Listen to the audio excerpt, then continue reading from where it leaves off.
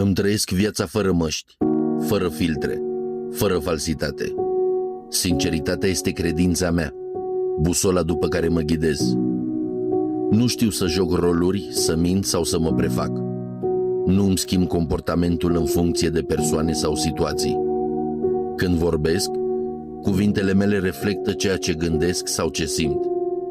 Dacă spun ceva, e pentru că eu cred acel lucru, nu pentru că e ceea ce vrei tu să auzi.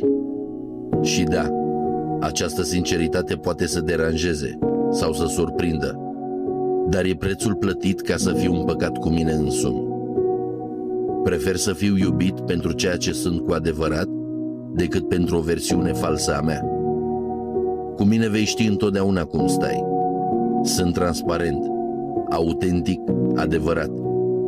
Și chiar dacă asta nu place tuturor, sunt împăcat cu mine însumi.